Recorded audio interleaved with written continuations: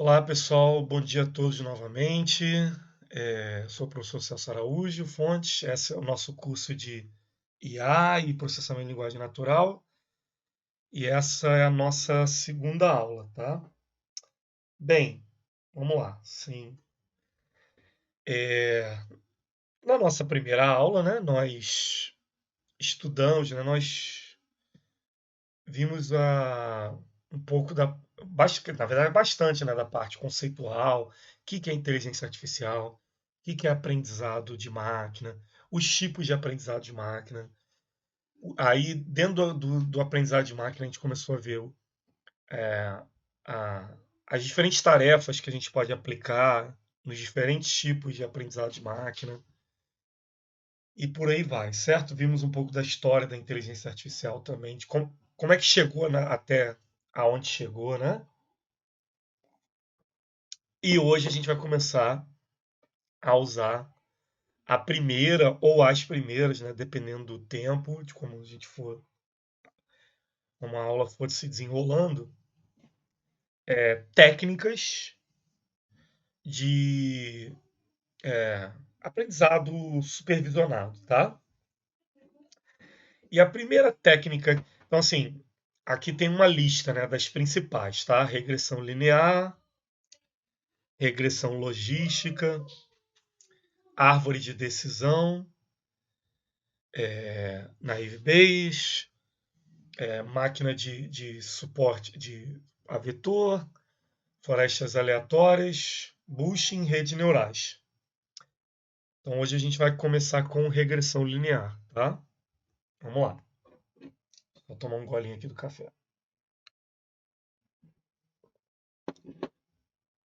Bem, a regressão linear vai ser a primeira, literalmente, porque ela é a técnica ou tarefa mais simples de aprendizado supervisionado, tá?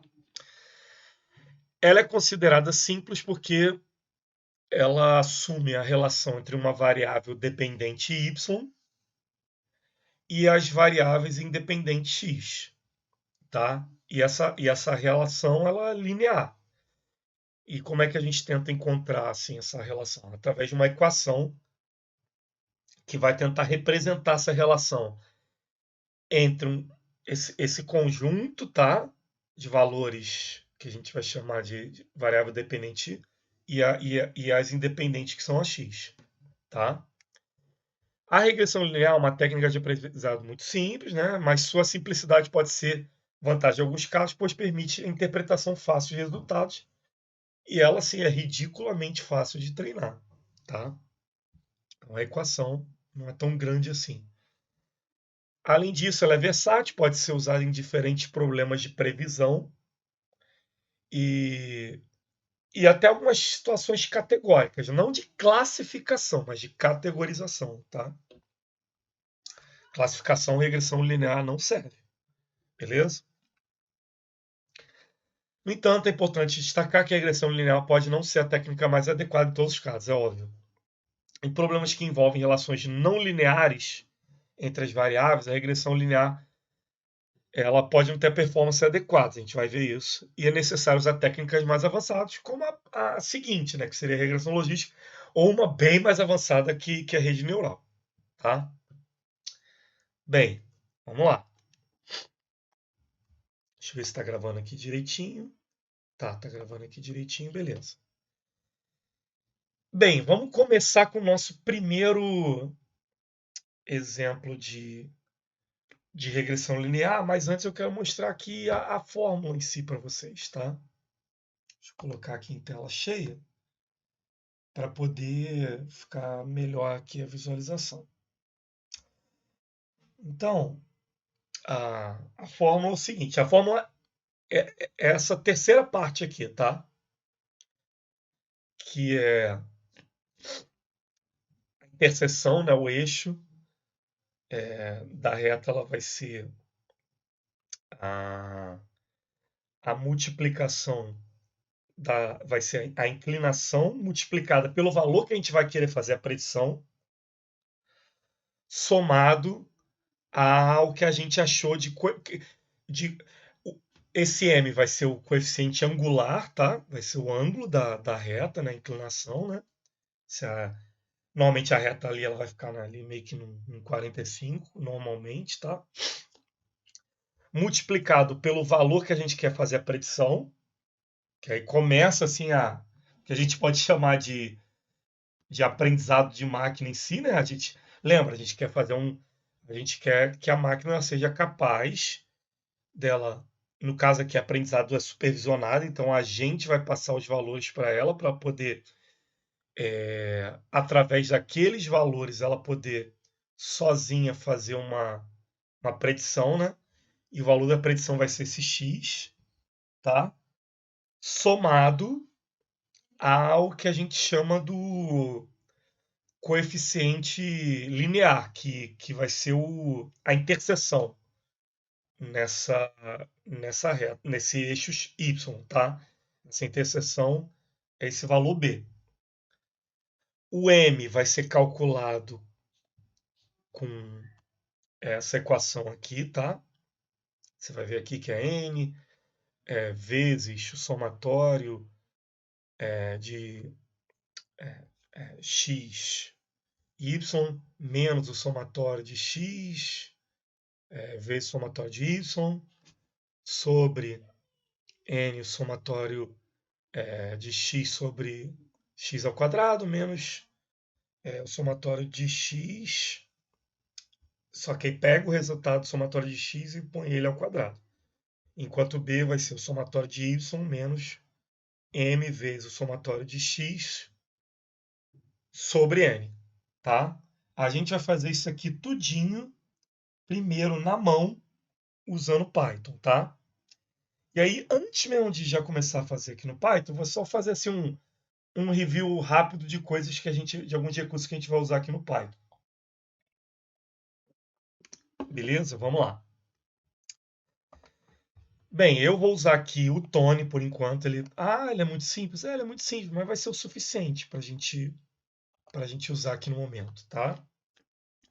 Estão conseguindo ver aqui o meu editor aqui, o Tony, tá aparecendo na tela de vocês? Assim. Beleza, obrigado. Bem, vamos lá.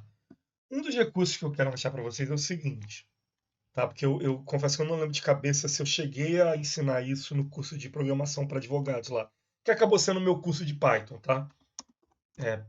Pelo Seju. Então vamos dizer que aqui que a gente tem a x acho que não é. Apesar que a gente vai acabar usando x, mas beleza, vamos lá. X é igual a.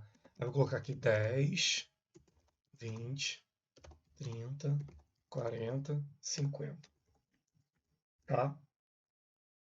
Isso aqui é o quê? É o array de Python, certo? Então aqui, x é uma variável que ela está internamente na memória, apontando lá para um array. Esse aqui é o tipo de array é, mutável no Python, né? O não mutável é aquele usando parênteses. Isso é só para dar recordar é viver rápido aí, tá? Um recurso que o Python tem legal é o List of Comprehension. Em português é lista de compreensões, alguma coisa assim, tá? Vamos dizer que eu quero o seguinte, eu quero que y receba os valores de x, só que todos eles somados mais 2, tá? Uma coisa legal que você... Opa, calma aí que caiu aqui, só um minuto. Bem, voltando aqui à gravação, vamos lá de novo. Eu tenho aqui o x apontando para um array, tá? Esse array aqui ele tem 5 posições, né? Da posição 0 até a posição 4. Vamos dizer que eu quero que o y ele seja um outro array que vai receber os valores de x mais 1, mais 2, multiplicado por 2, não importa, tá? Um recurso legal que o Python tem é o List of Comprehension, tá? Porque se a gente fosse fazer na mão, a gente poderia fazer alguma coisa assim, né? Y começa com array vazio, aí for, sei lá, i em x, aí seria y.append, aí seria lá i mais 2, por exemplo, tá? Aí a gente colocaria aqui print y, só para a gente ver. Aí vai estar lá, 12, 22, beleza. Dá para fazer isso tudo aqui numa linha só, usando lista de compreensão. Como é que a gente faz isso? A gente chega aqui. É até engraçado. A gente começa da direita para a esquerda. Por exemplo, for i em x. Beleza? Aí o que a gente faz? A gente chega aqui, agora a gente vem para o lado da esquerda e faz assim, ó. I, tá? Mais 2. Se a gente imprimir aqui agora o y, tá lá, 12, 22. Beleza? Estou mostrando isso aqui porque a maioria do pessoal na PG trabalha com PHP e pode não estar acostumado com esse recurso aqui, tá? O nome disso aqui é List of Comprehension. A gente vai usar esse recurso agora, tá? Bem, vamos lá. Deixa eu sempre dar uma conferida aqui para ver se está tudo certinho, beleza? Só usar aqui a miniatura. Deixa eu ver se a gravação tá ok. Gravação tá ok, beleza? Bem, vamos lá. A gente vai fazer o seguinte: vamos tentar fazer um pequeno machine learning para fazer a seguinte predição. A gente vai passar uma altura e ele vai tentar adivinhar o peso da pessoa pela altura, tá? É lógico que isso vai ter uma precisão extremamente limitada, porque a lista vai ser limitada e por aí vai, tá? Não vai ser um negócio para servir para produção, por assim dizer, não, tá? Vamos lá. Primeira coisa que vocês vão estranhar aqui, depois vocês vão entender o porquê. Eu vou criar uma variável x maiúscula. Celso, mas maiúsculo o nome da variável e não é nome de classe. Não vai ser. Ela vai ser. Essa variável x vai ser especial. Depois vocês vão entender o porquê, tá? Aí aqui a gente vai começar a colocar primeiro o que seria as alturas, tá? A gente vai usar aqui o que seria um decimal, um float, tá? 1,5 m, 1,60 m, 1,70 m, 1,80 m, 90, 2 metros, 2 metros e 10, 2 metros e 20, tá bom, tá? A variável y vai ser minúscula. Sim, ela vai ser minúscula, tá? E tem uma razão para isso.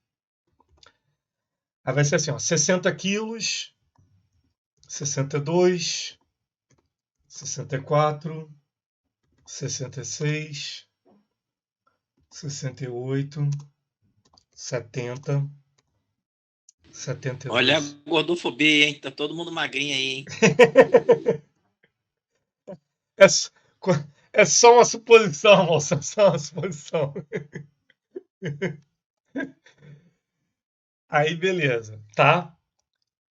Entendam que isso aqui a gente vai supor que isso aqui no que tange a programação é o mundo ideal, tá? Aonde esse vetor e esse vetor, os dois têm o mesmo tamanho, tá? Eles têm que ter o mesmo tamanho, tá? Senão vai dar ruim.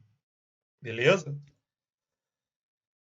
Se isso aqui fosse um Excel, né? E em breve eu vou mostrar para vocês isso aqui rodando no Excel também. Seria lá uma coluna X, coluna Y, né? E as linhas, né? A primeira linha lá com 60, 1,5 m, 62, por aí vai, tá? Beleza. Bem, agora a gente vai usar a regressão linear em si, que nada mais é do que o tal do método dos mínimos quadrados, ou quadrados mínimos, tá? Então a gente vai começar o seguinte. Deixa eu ver se eu consigo fazer uma jogadinha aqui, que é o seguinte. Acho que eu não vou conseguir não, mas vamos lá. A gente vai tentar chegar nessa fórmula aqui, tá? Obviamente, esse M e esse B, eles não são uma coisa abstrata qualquer, eles são o resultado dessas duas fórmulas. E essas fórmulas aqui, por sua vez, né, a gente vai precisar chegar a esses valores aqui. Ó. Primeiro que a gente vai pegar vai ser aqui, ó, o N em si, tá vendo? Que o N vai ser usado várias vezes. O N, tá? Ele vai ser o quê? Ele pode ser o len tanto do x como do y, porque lembra, a gente está assumindo que o código é perfeito e o x e o y sempre vão ter o mesmo tamanho, tá? A gente está assumindo isso, a gente está sendo bem bonzinho nesse tocante. Vamos lá. Próximo passo. A gente agora vai precisar, tá vendo? Tem aqui, ó, somatório de x e somatório de y. A gente vai precisar dos dois. O que a gente vai usar como recurso? Usar o recurso do próprio Python nativo, que é o sum, tá? Somatório de x, a gente vai chamar essa variável de sx, somatório de y. Então, vamos colocar aqui, ó, sy, tá? SX, né? Oi? É. SX, né? É. Aí, vocês vão perceber aqui que a gente vai precisar também, nessa parte aqui, ó, o somatório de x vezes y, tá? A gente vai precisar do somatório de cada, no caso aqui, a gente vai pegar o tamanho, né? Porque o tamanho dos dois é igual. E quando você tem essa situação aqui do sigma, né? Esse símbolo sigma, né? E você tem valores aqui do lado, significa que para cada um deles você vai fazer essa operação. Qual vai ser a operação que a gente vai fazer dentro do tamanho do n, né? A gente vai pegar cada valor de x e multiplicar por isso. Vai ser 1,5 vezes 60. 1,5 não, perdão. 1,5 vezes 60. 1,6 vezes 62. Por aí vai, tá? Então, como é que a gente vai fazer isso? Vamos lá. S, xy, né? Lembrando que nomes de variáveis têm lá suas regras, suas limitações, então não dá para ver ficar tão bonitinho igual ali na matemática. Vai ser o somatório. Aí aqui a gente já vai fazer o quê? Usar uma list of comprehension. Vamos abrir aqui um arrayzinho, que na verdade não é bem um array, é uma list of comprehension. Aí a gente começa com for. For e... Alguém lembra o que o range do Python faz? Até o do PHP também. O que o range faz? O range, ele cria, tá? Um vetor daquele tamanho, um vetor sequencial lá. Tá? Ele cria um vetor sequencial. A gente vai pegar esse vetor sequencial das posições para quê? Para a gente poder acessar a posição 0 desse cara e falar, pega o valor da posição 0 desse cara e multiplica pelo valor da posição 1 desse cara aqui. Tá? É só por causa disso. Esse range só vai servir para fazer 0, 1, 2, 3, 4, 5, 6, 7. Um array com isso. Tá? Acessando esse cara, o que a gente vai fazer? Lembra como é que está a fórmula aqui? Ó? Somatório de x vezes y. Né? Porque em matemática o vezes seria o pontinho, mas não precisa aparecer. Né? Aí a gente faz aqui. Ó. Tudo da posição i de x multiplicado pela posição i de y. Perdão, esqueci de colocar o y aqui. Tá? Deixa eu ir rodando aqui só para ver se está tudo certinho. Está tudo certinho por enquanto. Beleza. Tá? Então aqui a gente vai chamar isso aqui de soma dos produtos de altura e peso. Lembrando, né? Isso aqui são as alturas. Isso aqui são os pesos. Tá? Vamos lá. Agora, a gente tem um outro somatório ali, ó. Que é o quê? Para o tamanho de n, faça para o tamanho de n, x o quê? A elevado a 2, né? X ao quadrado. Então, a gente vai fazer o seguinte. Vamos chamar essa variável sx2 e fazer outro list of comprehension. Fazer o seguinte. X. Começar pela para ficar mais didático, né? For i in range de n. Lembra? Só para poder pegar posição 0, pá, tá? Dentro do list of comprehension, né? E para que a gente vai fazer com essas posições? Vamos chegar aqui e fazer. Pega lá cada carinha dentro do x, igual está na fórmula, e eleva a 2. Então aqui a gente vai chamar de soma dos quadrados dos valores da altura. Ou de altura, não importa. Tá? Beleza.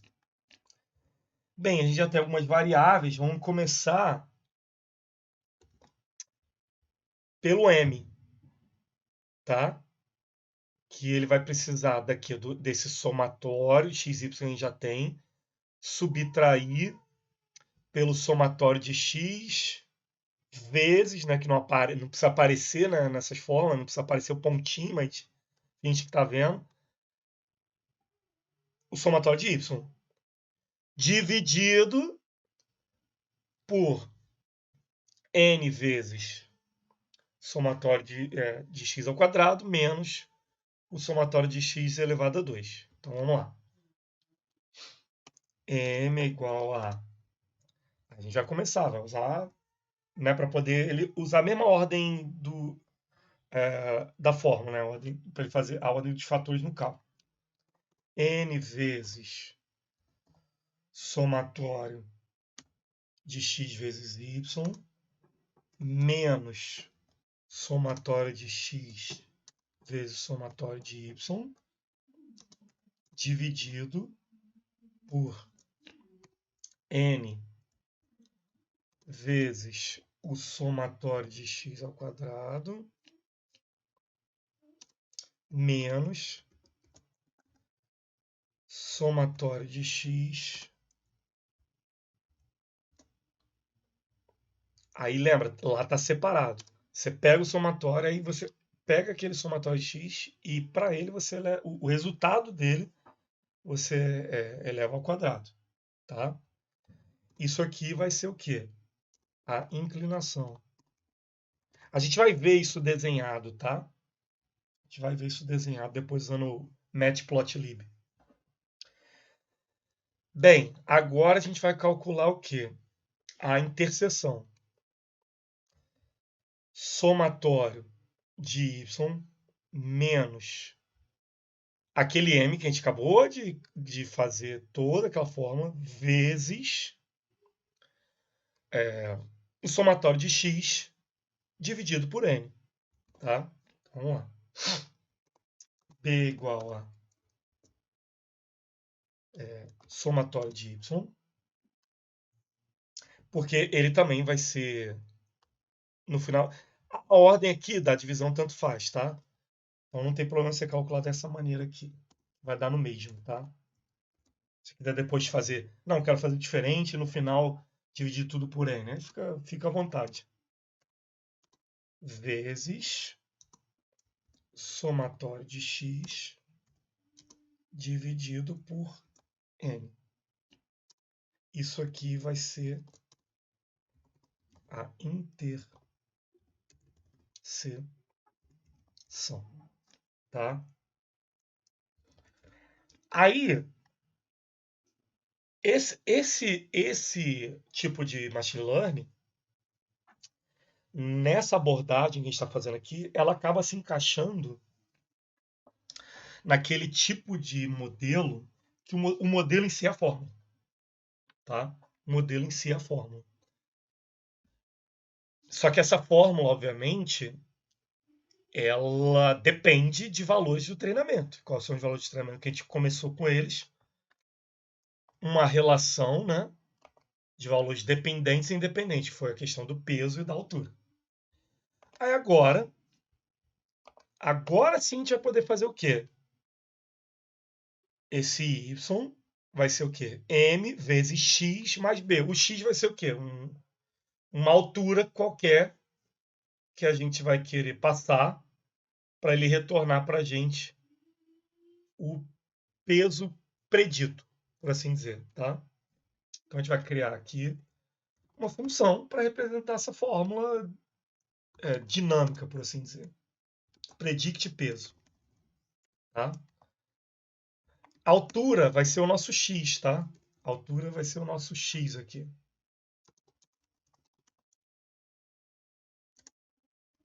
Nesse contexto. M vezes altura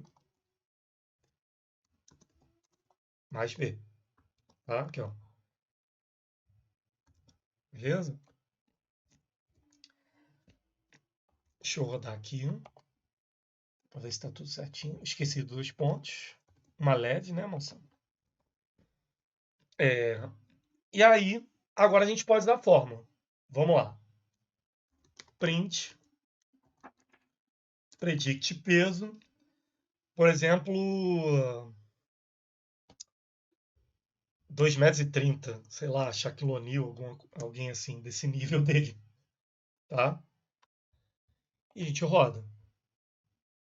Então, de acordo com que essa a regressão linear foi treinada, com os dados supervisionados que a gente passou para ela, tá? Alguém com 2,30 m teria 76 quilos. Beleza? Alguém com 2,30 m teria 76 quilos. Agora, a gente vai... Então, se eu colocasse aqui, ó, 1,75 m, teria 65 quilos, né? Algo entre... Aqui, ó, né? O pessoal do 1,70 m e 1,80 m, tá? Agora, a gente vai utilizar uma biblioteca para a gente poder ver essas coisas todas aqui, essa inclinação, e não ficar um negócio muito abstrato na cabeça, tá? Eu sei que é uma pergunta meio complicada nesse momento, mas alguma dúvida até o momento? Podem ficar tranquilo que com a plotagem, quando a gente começar também a usar o NumPy e até bibliotecas de Machine Learning, tudo isso aqui vai ser resumido em 2, 3, 4 linhas de programação, tá? A gente começar a usar a biblioteca na mão mesmo. Perdão, a gente começar a usar a biblioteca sem ter que fazer o código na mão, tá? Mas o que eu estou querendo mostrar para vocês é que sim, isso aqui já é um machine learning, tá?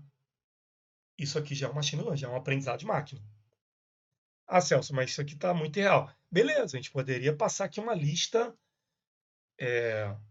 enorme aqui de alturas e pesos, inclusive pessoas com a mesma altura, mas com uma variação de peso, para ele poder tentar chegar mais próximo da vida real.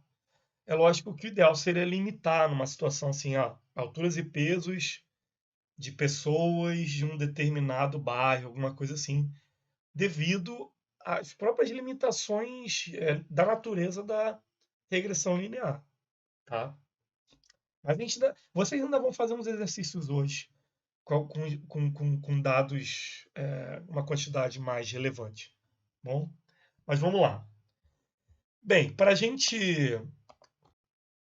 fazer uma plotagem, tá? A gente vai ter que instalar uma biblioteca, tá? Então vocês vão precisar ou no Tony, ou no VS Code, onde vocês estiverem, tá? vocês vão precisar usar lá qual é o nome, não vale meus estagiários de IA, tá? Responder isso agora. Qual o nome da ferramenta de instalação de pacotes do Python? Hein, pessoal? Pip. Isso, show de bola. Então vocês vão abrir aqui, vocês vão lá na linha de comando de vocês, vão lá fazer pip. Aqui já vai aparecer que eu tenho, tá? Matplotlib.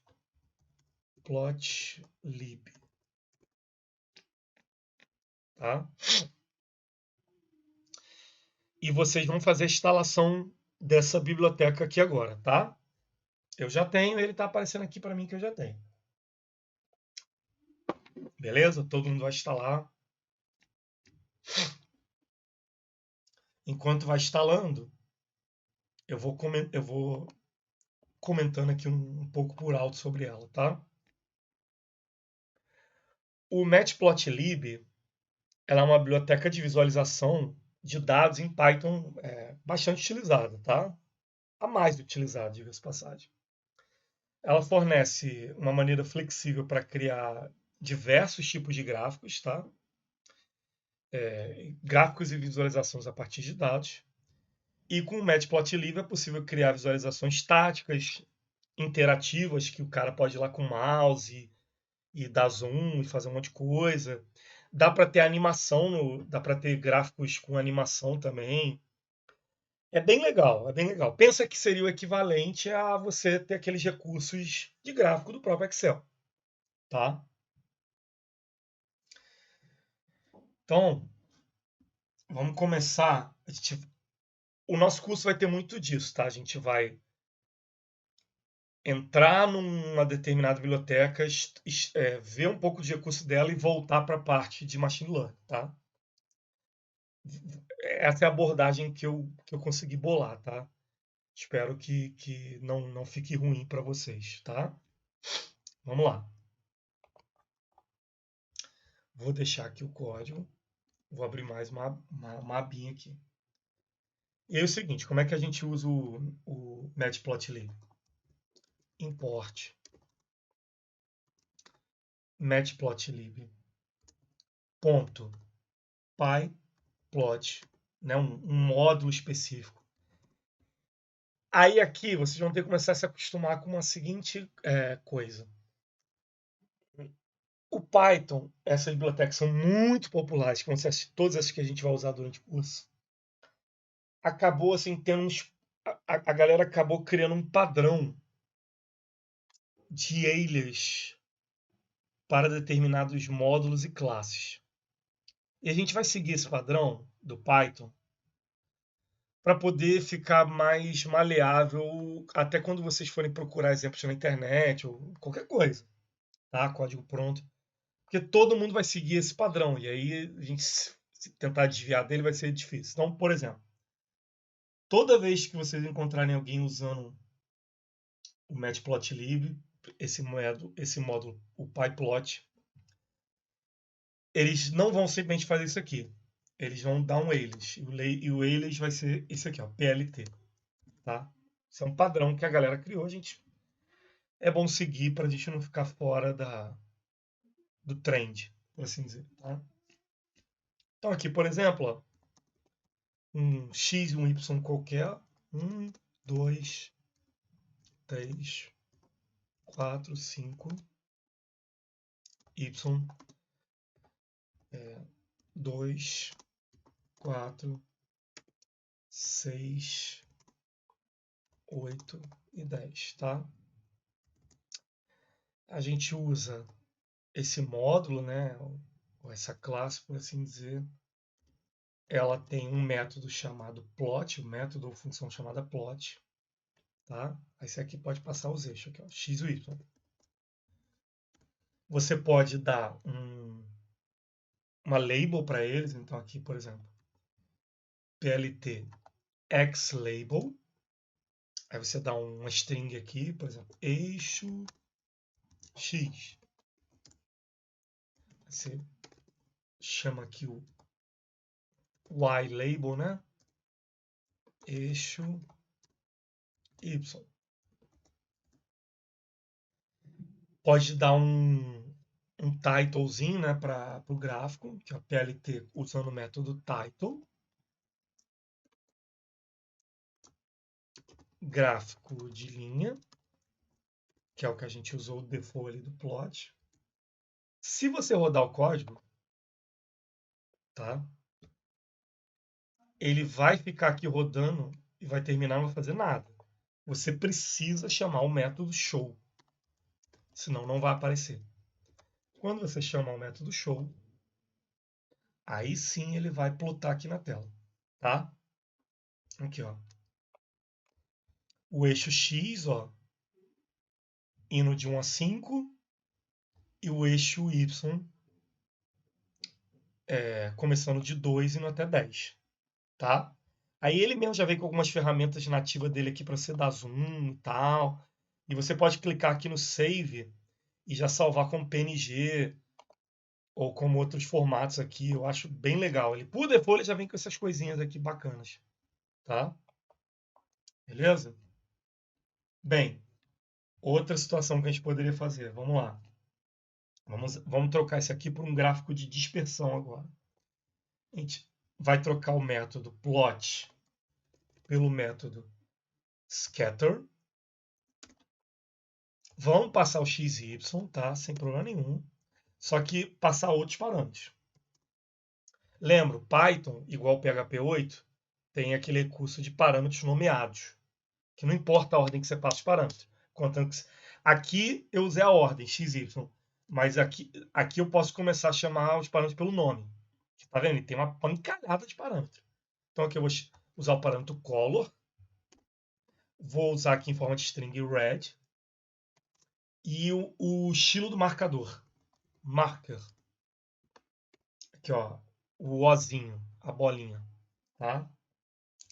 Eixo X, eixo Y igualzinho, só que aqui só para questão didática, né? Não é mais linha. Gráfico de dispersão. Scatter, né? Dispersão em inglês. Vamos rodar. Aí ele faz assim, tá? Ele, em vez de usar aquele recurso, ele vai usando esse... Lembra que eu usei o marcador O. Se eu não me engano, posso estar equivocado, acho que ele tem o marcador X também. Olha lá, ele tem um Xzinho também, tá vendo? Fica com Xzinhos. Beleza? Esse é o gráfico de dispersão. Outro tipo de recurso, né? Esse é bastante utilizado, mas aí a gente vai ter que mudar aqui as nossas variáveis. Vamos lá. Categorias. Vai estar aqui. A, B, C, D. Valores.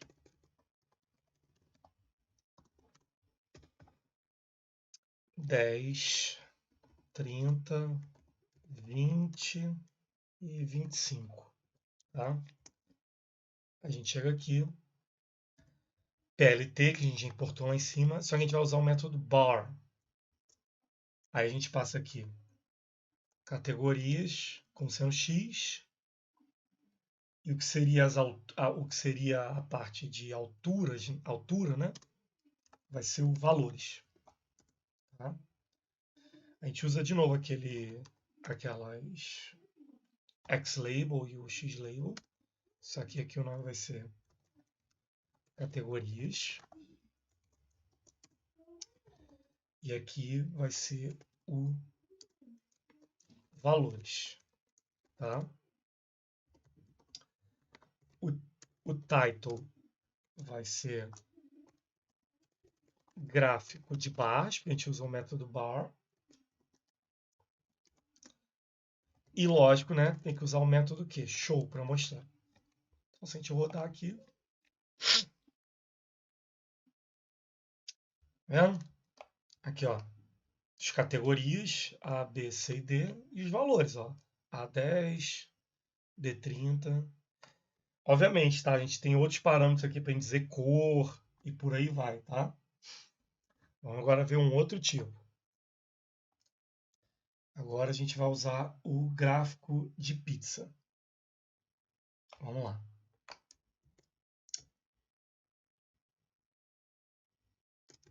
A gente vai ter as nossas labels.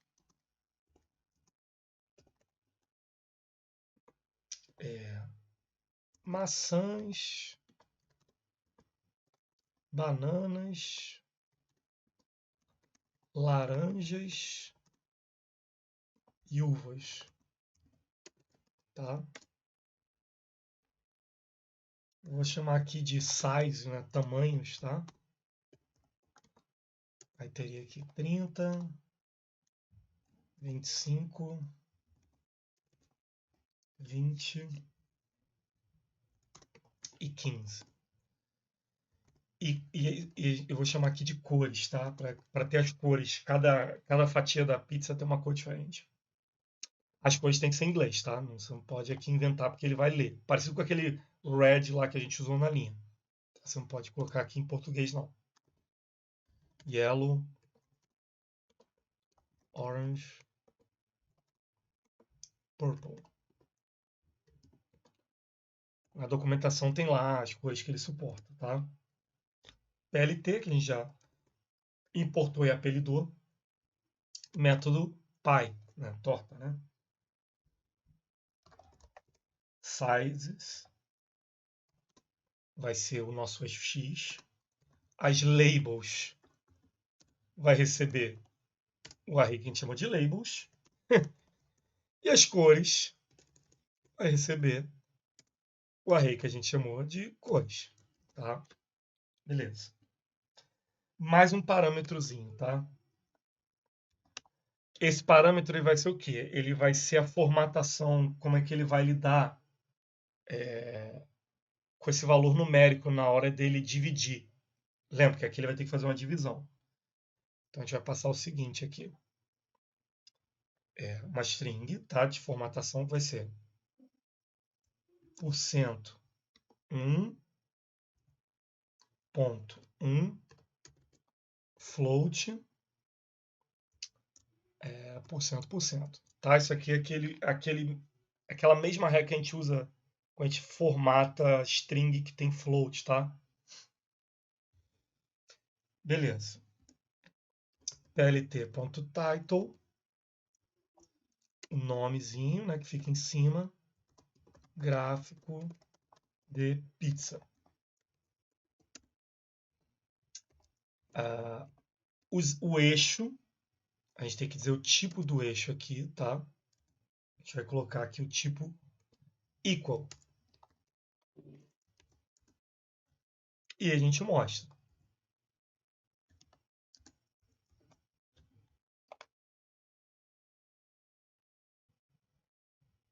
Tá? Então tá lá, ó. Aqui, ó. Ele seguiu essa formatação porque eu coloquei, ó. Quando der quebra, se a gente não colocar, ele vai colocar uma dízima periódica, vai ficar um negócio horroroso. Aí eu coloquei, ó. Vai ser uma casa decimal do float, tá vendo? Por isso que ficou ali, ó.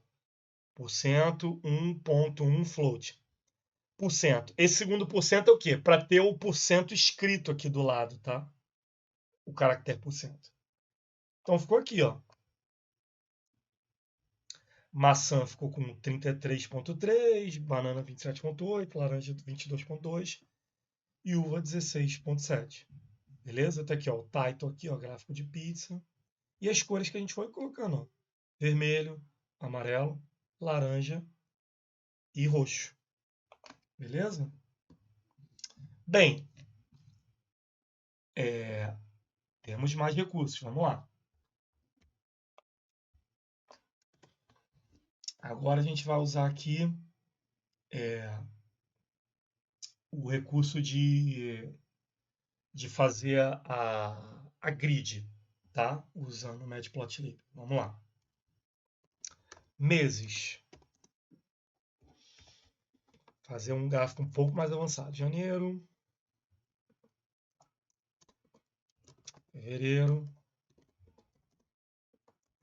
março, abril. Não vai ser todos não, tá? Só até junho tá bom. junho. Beleza. Aí vai ser assim, ó. Receitas do produto A, tá? Aí vamos lá. A gente vai jogar uns valores aqui de mentirinha. 5.000, 5.500, 6.000, 6.200. Aí depois caiu, foi para 5.900 e depois foi para 6.100, tá? Deixa eu só deixar aqui. Não. Deixa eu pausar aqui. Bem, voltando aqui à gravação, peço desculpa a todos, tá? Vamos lá. Então tá aqui, ó, preenchi aqui valores da receita do produto A, tá? Valores de mentirinha, tá? Valores de mentirinha aqui do produto A. Agora a gente vai fazer a mesma coisa com o produto B. Receitas produto B, tá? Aí vai ser 4.500, 4.800, 5.200, 5.300, 5.100 e 5.400, tá? Aí a gente vai fazer o seguinte, ó. plt.plot.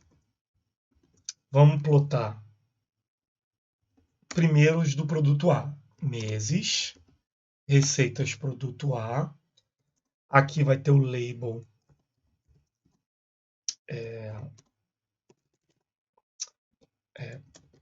produto A, tá? O A maiúsculo. E aqui a gente vai usar o marcador da bolinha, igual a gente fez naquele outro. Marcador da bolinha, tá? A gente pode copiar e colar aqui.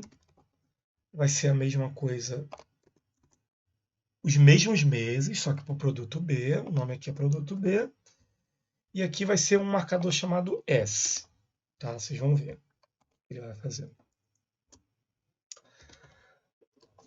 Aí a gente vai plotar o eixo X com o nome de meses e o eixo Y, né, que é o da vertical, com o nome de receitas, tá, um valor financeiro. Vamos dar um título, tá? Vamos dar um títulozinho aqui. Receitas mensais de produtos, tá? Aqui a gente vai chamar o método legend, tá? Para ele colocar aqui a legendazinha. Dizer que ele tem que plotar a grade para poder ficar fácil de visualizar. Sabe aquela grade? Igual quando você está no Paint lá, você habilita, fica aquela gradezinha. Então aqui é grid true. E os marcadores aqui, os ticks, a gente vai dizer o ângulo aqui, ó. X-ticks, tá? A gente vai colocar aqui rotation 45 graus.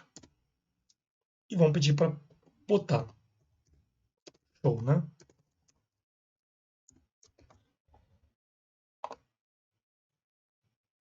Aí vai mostrar aqui o gráfico, tá? Então tá aqui, ó. Produto A, produto B,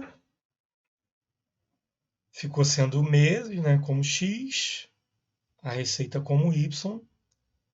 Um usou o marcador da bolinha, o outro do S, que é esse de square, né, que são esses quadradinhos, né? E aqui ele foi plotando e foi fazendo os ticks, né? E aí ele mostrou também o grid, né? Porque a gente deu aqui o grid true, tá?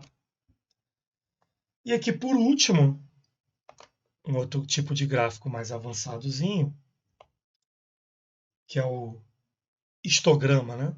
Vamos lá. Idade. A gente vai colocar aqui uma lista considerável aqui. Vamos lá.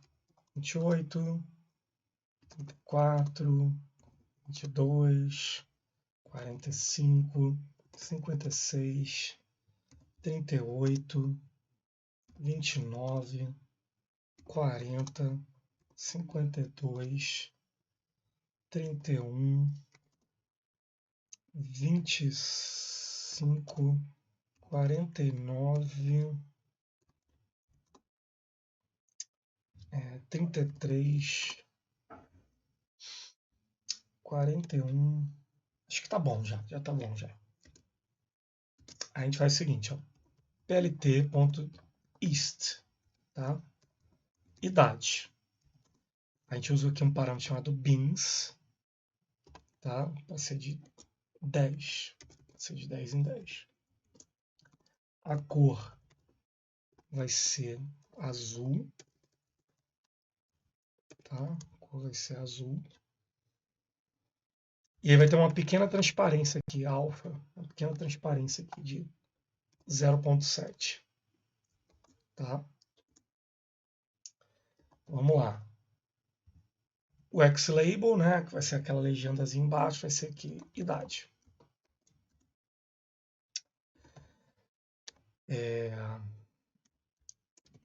O Y-Label vai ser frequência.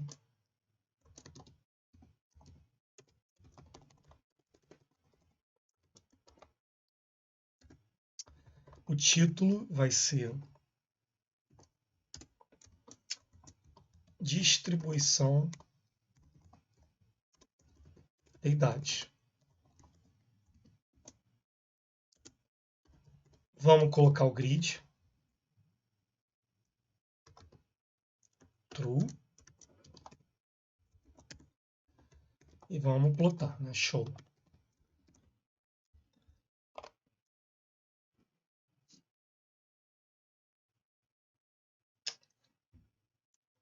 Ah, tá, porque tem que ser um valor numérico, perdão.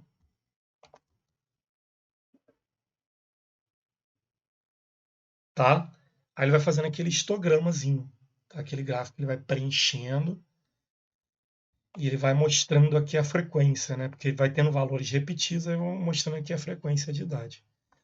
Bem, esses são os tipos principais, tá? De gráficos que a gente pode usar o Plotlib. Agora a gente vai voltar para aquele nosso código original do regressão linear e vamos importar o Matplotlib aqui. Import Matplotlib .pyplot splt, conforme eu falei aquele padrão para vocês, tá? Aí o que a gente vai fazer? Aqui a gente já colocou para fazer a previsão de cara, a gente vai começar a separar isso em variáveis, tá? A altura perdão, a altura não. Altura, previsão, tá? Poderia ser aqui um input, tá? Para o usuário digitar aqui na linha de comando a altura que ele quiser. Por enquanto o programa está todo estático, tá? Mas beleza. 1,75. Peso que ele vai fazer a predição, né? Usando aquela fórmula, lembra? M vezes X mais B. Peso da previsão. Predict peso, passando o quê? O nosso X, né? Que é a altura previsão ali, que está 1,75 m. Agora a gente vai começar a usar o plot. plt.plot. Altura prev. Peso prev. Marcador da bolinha. Marker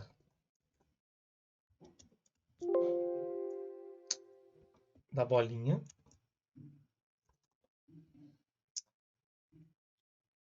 E a cor que ele vai... Isso é o marcador principal, mas agora a cor do marcador, né? O marcador vai ser de bolinha, vai ser, ó, marked. Engraçado que às vezes ele faz autocomplete aqui, às vezes ele não faz, ele fica Deus dará aqui no markered, acho que é assim, color. Se não for, ele vai dar erro, a gente digita de novo. Vermelho. Mais um parâmetrozinho. E o marcador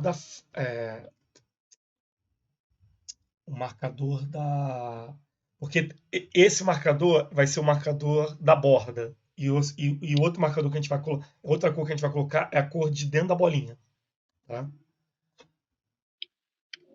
Mark face color. Tá? O preenchimento, por assim dizer. Green. Tá? PLT scatter. Lembra, o scatter foi aquele segundo que a gente colocou, que ele foi colocando as bolinhas. A gente vai usar dois aqui gráficos, na verdade, tá? A gente vai fazer as bolinhas para a gente poder ver a interseção, ver o 1,75 aparecendo no gráfico. Depois a gente vai fazer a linha, que é a regressão linear em si, tá? Scatter. Então a gente vai usar dois gráficos. X grandão, Y pequenininho. Opa. Ah, foi rapidinho. Voltou. Ah, tá. Foi só um soluço. Foi só um soluço, né? Então tá aqui. Aí agora a gente vai fazer o seguinte. A gente vai pegar o resultado de um método que o próprio PyPlot tem para você pegar os valores que ele fez nessa plotagem. Então, como é que a gente faz? A gente vai usar um método chamado xlim. Aqui, ó, aí ele fala aqui, ó, get ou set, pegar o limite x do eixo corrente. E aí ele devolve o quê? Aqui, ó, novamente aqui, ó. Ele devolve o ponto da esquerda e o ponto da direita, né? Então a gente vai pegar eles e vai chamar eles de x0 e x1. Tá? E vai fazer a mesma coisa com y. y0. y1, a gente vai pedir para ele trazer o corrente lá do ylim. Esse método ele vai trazer valores porque a gente passou para ele o xy aqui na hora dele plotar e passou a altura, né? A gente passou a altura aqui como sendo ali o nosso eixo. Beleza. Aí, com esses valores, a gente vai usar o método xline, tá? Ele desenha uma linha, só que uma linha onde a gente vai dizer para ele o seguinte, ó. O xy1 dele, tá? Vai começar em 0 e vai até onde? Até a interseção. Qual a interseção? Aquela nossa variável b.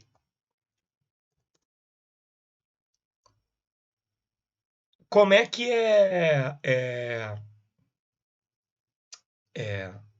como é que pode ser, né? A inclinação em inglês, né? Slope. E qual é a variável que representa a nossa inclinação no código?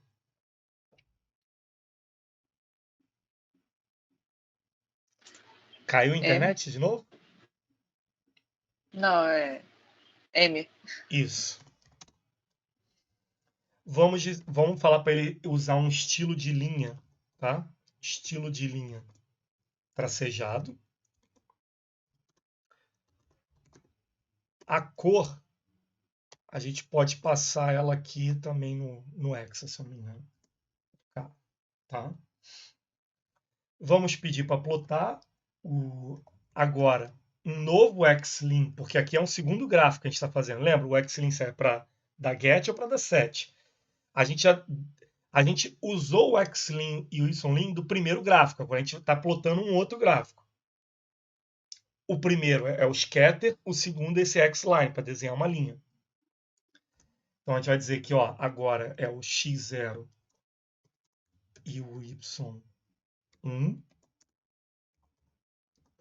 e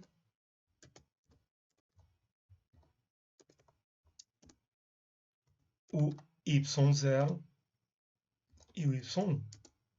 Aí a gente vai plotar os dois, tá? Você não precisa dar show duas vezes. Você dá show uma vez só, você pode sair desenhando vários gráficos, tá? Calma aí. Ó, Eu o acho X, que o trocou X uma lá, letra aí. não, tá certo.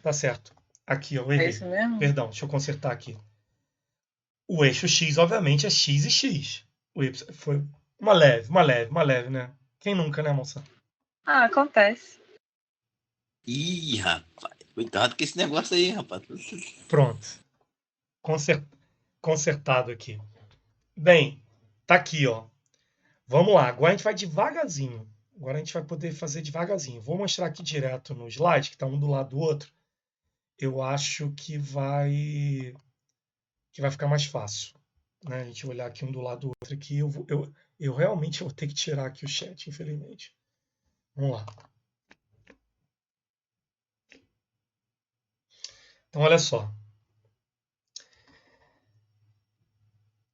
O primeiro gráfico, que foi esse de scatter, né, que foi o marcador bolinha, ele serviu para a gente passar o quê? Para a gente conseguir ver a relação das alturas e pesos distribuídos. Então, começou aqui, ó. O cara com 60 quilos, 1,5 metro. O cara com 62 quilos, 1 metro. Então, vocês estão vendo aqui, ó, tá vendo? Vocês conseguem ver aqui esse relacionamento. E aí ele foi distribuindo.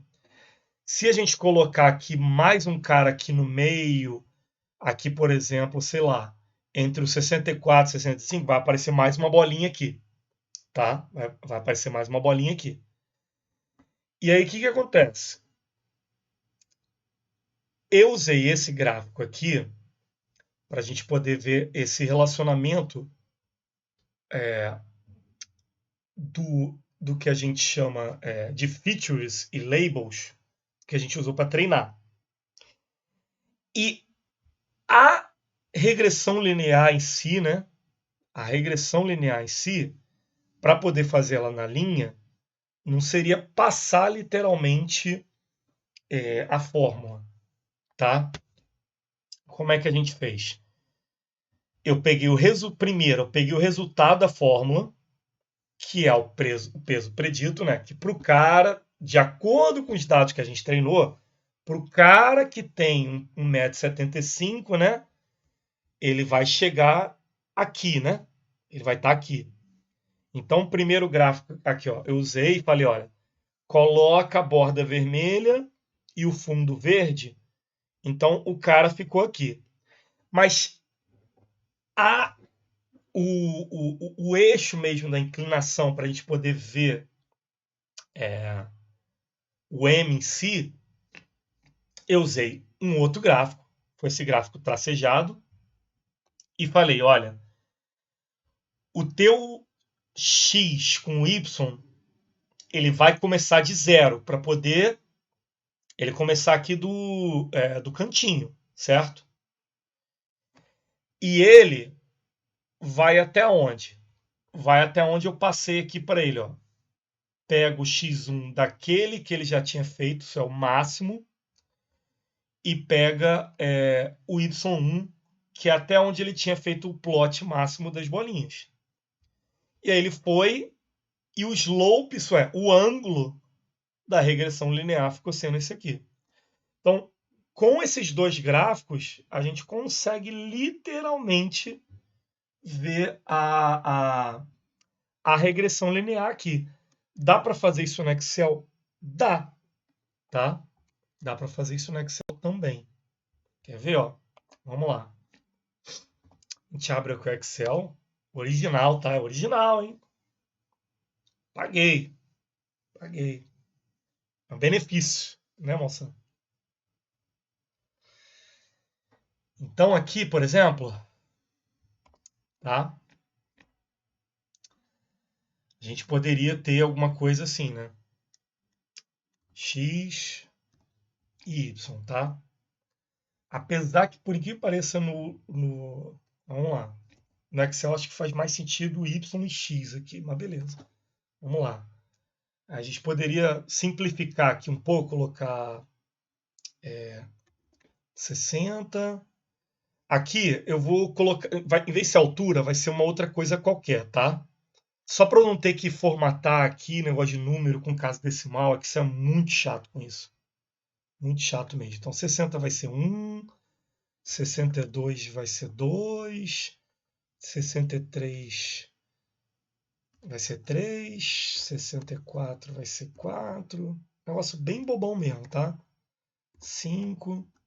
Até porque toda vez que eu vou rodar isso aqui, eu não lembro se a ordem certinha do negócio, mas vamos lá. Eu não sou tão bom em Excel quanto o nosso amigo Malsan e o pessoal lá da CPC. 68,8, 69,9, 70, 10. Tá? Vou até forçar aqui para ele não encher o meu saco aqui, colocar que é número. Não vai ter que separador de casa decimal. Pá. O que você tem que fazer no Excel? Deixa eu só conferir se vocês estão aqui. Bem, vocês estão aqui. O que você vai ter que fazer no Excel primeiro, tá? Você vai ter que ter aqui em opções, tá? Tradução de extension no Excel brasileiro é suplementos, tá? Boa, né, Malsan? Suplementos, né? Suplemento faz bem para a saúde. E pro Excel também, é. Essas traduções a gente se diverte, né, Malsan? Aí, você vai ter... Tá vendo aqui que tem um negócio aqui, gerenciar suplementos Excel? Aí você vai clicar aqui em ir, tá? Aí nesses suplementos vai estar aqui Whey Protein. Vai estar uma lista boa aqui, tá? Você vai ter que ter esse cara marcado aqui, ó, ferramentas de análise. Você vai marcar ele, vai dar OK, tá? Quando você fizer isso, aqui em dados vai aparecer um cara que não tinha antes, tá? Que é esse aqui, ó, análise de dados. Esse cara não vem por default no Excel, tá? Não vem por default no Excel. Aí, tu vai marcar os caras aqui, mas eu acho que a marcação default dele não pega legal. Eu vou ter que diminuir aqui, senão a gente não vai conseguir ver. Análise de dados. Aí você vai clicar, tá? E demora um pouquinho aqui. Ele vai aparecer um monte de coisa maneira, Malsan, que eu não sabia o que Excel tinha, tá vendo? Histograma, média móvel, um monte de sacanagem que não tem no Excel por default. Um deles é o regressão. Aí você vai clicar em OK, tá? E aqui vai ser aquele papo do X e o Y. Que você vê que ele pegou benzão, né? Só que não, né? Aí você vai colocar aqui X, pá, e o Y. Eu acho que o Excel enxerga dessa maneira, tá? Aí você vai ter que marcar algumas coisas aqui, ó. Rótulos. Vai colocar que vai ser uma nova pasta de trabalho. E vai ser bom você marcar isso, isso e isso, para ele plotar, fazer o plotzinho, tá? E vai dar OK, e ele vai dar uma piscada aqui muito louca, tá? Na minha máquina ele faz isso, tá? 3, 2, 1, valendo. Ó, blá, blá, blá, blá, blá, blá, blá. Aí, ó. Ó a plotagenzinha aqui. Eu confesso que eu acho do Python muito mais bonitinha, tá? Mas é um ele bom usou aqui, quebra-galho. tá? É um bom quebra-galho. É. E ele não Mas, vem por default justamente por causa disso, né, cara? Ele faz uns negócios meio feios no meio do caminho É. aí. Vai dar impressão ruim. Eu não vou entrar em detalhes agora, mas quando você habilita isso, ele habilita novas fórmulas aqui, tá? Essas fórmulas são literalmente cada uma daquelas equações que a gente fez. Isso é, aí o Excel ele vai ter uma fórmula agora para calcular o eixo, uma fórmula para calcular a interseção. Eu não lembro o nome das fórmulas de cabeça agora, mas ele vai habilitar novas fórmulas aqui quando você apertar o igual, tá? Eu não lembro de cabeça o nome delas. Ainda mais que vocês sabem como é que funciona o Office, né? Em inglês é um nome, aí em português o nome da fórmula é outro. Mas tá vendo aqui, ó, regressão, resíduo. Mas sim, dá para fazer regressão no linear, dá para fazer machine learning no Excel, né? Quem diria, né? Quem diria? Chega de Excel. Eu só não recomendo. É. É o que o Malsan falou. Não recomendo mesmo, tá? Então, gente, agora a gente vai voltar um pouco para a parte teórica, tá? Para a gente ver um pouco esses conceitos. Eu sei que deve ter muitas dúvidas, né? Por isso que eu nem vou perguntar alguma dúvida até agora, porque eu sei que vai ter várias dúvidas, tá? Mas aos poucos a coisa vai se clarear um pouquinho, tá? Fiquem tranquilos. Vamos lá. E vai ter exercício hoje ainda. Quer dizer, eu acho, né? Se vai dar tempo. Eu não sei se vai dar tempo. Vamos lá. Um conceito importante de IA. Vocês vão ouvir esse conceito 1 trilhão de vezes, tá? Features. No 1 trilhão de conceito vezes por segundo. por segundo. No contexto de aprendizado de máquina, uma feature, ou a gente pode traduzir para característica, tá? Uma possível tradução, refere-se a uma variável de entrada específica que é usada para treinar um modelo de aprendizado de máquina. As features representam as informações ou os atributos que descrevem os dados de entrada e são usadas para fazer previsões ou classificações. As features podem ser de diferentes tipos, dependendo da natureza dos dados. Podem ser numéricas, como idade, altura, que a gente acabou de usar, ou categóricas, tipo cor, tipo de objeto, e binário também, né? Booleano. É true ou false. E pode ser textuais, mas quando é textual, a gente vai ter que ter todo um trabalho de transformação, tá? Imagem, áudio, vídeo, é a mesma coisa. Não vai ser mágico, não, tá? Tipo, a gente jogar lá palavras e ele magicamente vai fazer a classificação, não, tá? Infelizmente, machine learning não é assim, não. Por exemplo, suponha que você esteja desenvolvendo um modelo de aprendizagem de máquina para prever o preço de uma casa com base em características. O que a gente tentou prever? Qual foi o que a gente tentou prever nesse primeiro machine learning que a gente fez no curso? A gente tentou prever o quê? O Malson até falou que era gordofobia. Peso. O peso, né? E qual foi a característica, a feature que a gente passou para poder ele tentar fazer essa previsão do peso? Foi pela A altura? Exatamente. Então, a nossa feature ali, coitada, é uma feature unária ali, só tem altura do cara. No mundo real, a gente sabe que não é assim. Por exemplo, se a gente fosse tentar prever o preço de uma casa. Eu quero criar um machine learning para prever. Eu sei que vários de vocês estão ansiosos para poder fazer machine learning para prever o preço para poder prever o preço de ação na bolsa, né? Para vocês começarem a ganhar dinheiro. Vocês vão chegar lá, tá? A gente vai chegar lá. Criptomoeda. Criptomoeda e tal. A gente vai chegar lá, tá? A gente vai chegar lá. Fiquem tranquilos. Mais uma vez, eu não recomendo. Tem fatores aí que... Porque assim, lembra, a gente está usando o quê? Aprendizado supervisionado. Naquele altura e peso, o comentário Malsan tem lá suas razões, que a gente sabe que na vida real não é. Todo mundo que tem 1 metro e tanto tem 60 e poucos quilos. A gente sabe que não é assim. Certo? O mundo é feito de inúmeras features, né, Malsan? A pessoa Então, pode... sim, para com isso. Agora que você fez esse negócio, eu tô pensando que eu tenho 1,75 m e tenho 65 kg, cara. Deixa eu ser feliz agora. Tá bom. Então, bateu então com o modelo? Bateu, pô. Minha balança tá errada. Tá. Entendi. Beleza. Então, olha só.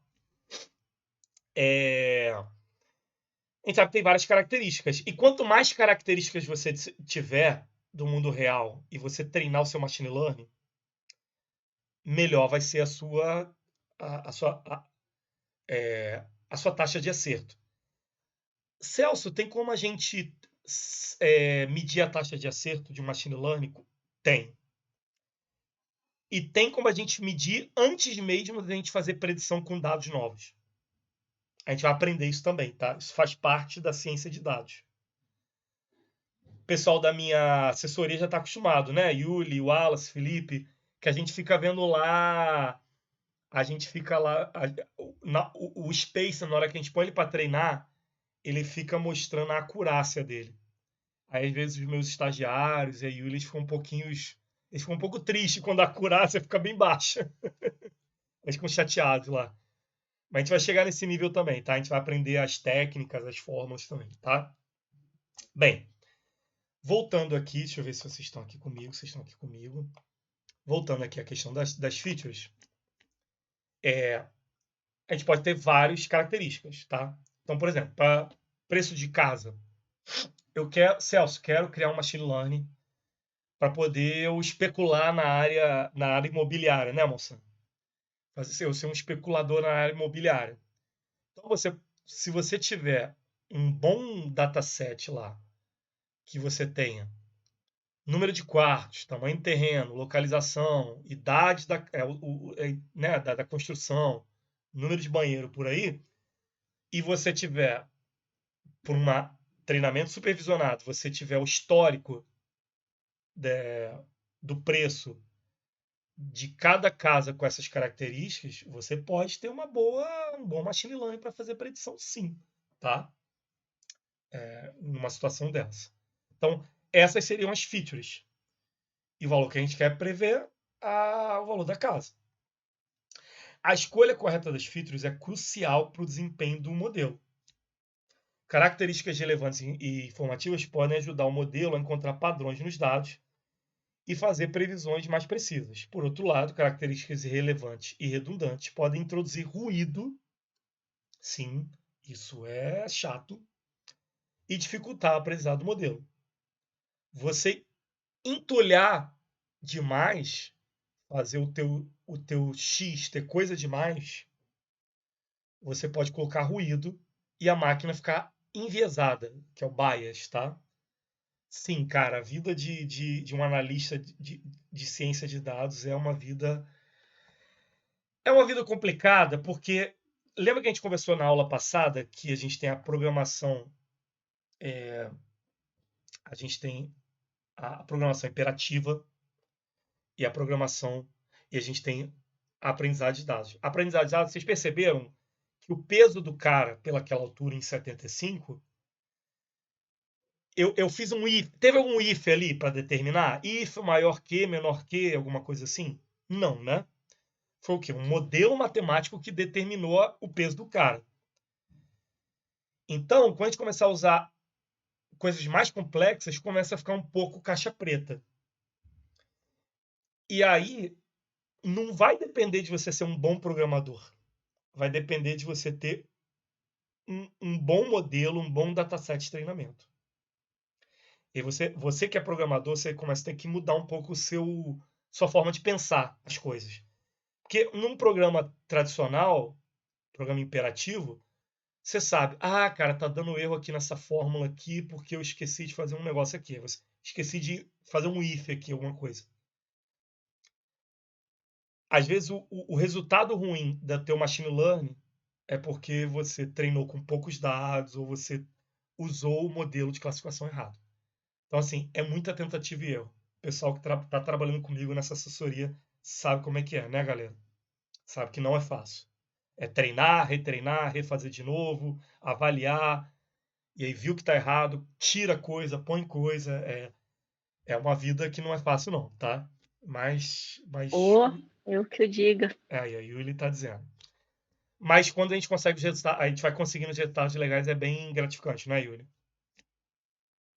Sim, aí sim, mas quando o negócio não fica bom, aí você fica meio frustrado, assim. Fala, puxa vida, o que foi? A Mas gente faz treina parte. direitinho, quando chega na hora o negócio erra as coisas, aí você fica bem chateado. É, Porque você faz tudo certinho. essa é a vida do cientista de dados. Mas, É. Celso, existem algoritmos que ajudam a filtrar características, não existem? Então, é uma linha tênue essa resposta que eu vou dar para você. Por quê? O que adianta eu usar algoritmos, por exemplo? A gente tem vários recursos. Eu vou ensinar para vocês os recursos, por exemplo, do hiperparâmetro, que é um recurso para a gente dar uma tunada. Pensa que é como se fosse assim, pimping my machine learning, alguma coisa assim, tá? Mas imagina que eu vou chegar para sei lá, para uma empresa de plano de saúde, e essa empresa de plano de saúde quer uma situação dessa real aqui, negócio de prever o peso pela altura. E eu passo um modelo aqui sem vergonha desse aqui com 1, 2, 3, 4, 5, 6, 7, 8 registros de treinamento. Não tem algoritmo que dê jeito, né? Então, a gente lá na nossa assessoria, a gente sente na pele, né, Yuli? Quando a gente tem um treinamento com pouquíssimas registros ou features, na hora que a gente treina, a precisão vai lá para baixo. Aí É diferente. às vezes a gente fala, vamos ter que anotar mais. Aí, coitado, aí sobra lá para o residente, às vezes da especializada, fala, querido residente, sabe aquelas 100 iniciais que você anotou? Aí, legal, então você vai ter que anotar mais 100. É porque, assim, no caso das iniciais tem a variável, né? Porque, assim, por exemplo, no caso da PG16, que a maioria das iniciais são feitas pela Defensoria Pública, tem um padrão. Então, mesmo com um Uma massa pouca pequena, massa, né, Yuri? Uma massa ficou pequena, né? boa. Ficou ótima. Agora, quando você pega petições de vários advogados diferentes, assim, aí Escritórios diferentes, tem né? escritórios, formas de escrever tudo diferente, aí É porque a Yuli, ela tá dando complementar. spoiler. Ela tá falando de machine learning, de IA aplicado a textos, que vai ser a ênfase desse curso, e vocês vão ver que é um outro planeta, como se fosse uma outra dimensão. O negócio começa a ficar mais cabuloso ainda, tá? A gente vai chegar lá também. Mas, assim, respondendo a sua pergunta, tem algoritmos de ajuda? Sim. Mas se a sua massa, uma massa míngua e irrelevante, não tem machine learning que dê jeito, tá? Tem que ter uma massa Sim, boa. O sim, Levi, Celso. diga. Nesse caso, você falou de eu ter poucos dados, né? Eu tenho Uhum. poucos registros, mas eu me referia a características mesmo. Você tem várias características, várias features, e você quer selecionar aquelas mais relevantes para treinar o teu modelo. Isso que eu estou falando. Tá. Tu tá dando spoiler. Sim, a gente pode. Tem algoritmos para isso, que são aquela parte até que a gente usa para a parte de não supervisionado. Até dá para usar no supervisionado também, quando a gente for usar, se eu não me engano, floresta aleatória e tal, onde você vai ter várias filtros e vai falar, olha, esquece isso aqui. Para você ter uma boa precisão, você vai usar só o número de quartos que a casa tem e o lugar onde é a casa. As outras coisas não têm relevância, não. Sim, você tem Isso, razão. sim. Tem algoritmos para isso. Mas é que eu tô indo eu tô tentando, assim, passar começando, assim, do baby step mesmo, tá? Não, Mas beleza, a gente beleza. vai chegar lá, sim. Vamos lá. Bem, essas são as features. Lembra que a gente falou do XY? A gente falou do XY, certo? Então vamos lá. Em Machine Learning, vou até deixar isso aqui grande aqui. O texto é grande. Em Machine Learning, o X maiúsculo, o Y maiúsculo, desempenham papéis cruciais na representação de variáveis em um modelo de aprendizado de máquina. Essa notação específica, onde o X é escrito em maiúsculo e Y em minúsculo, é uma convenção que se originou das práticas matemáticas e estatísticas tradicionais e é amplamente utilizado,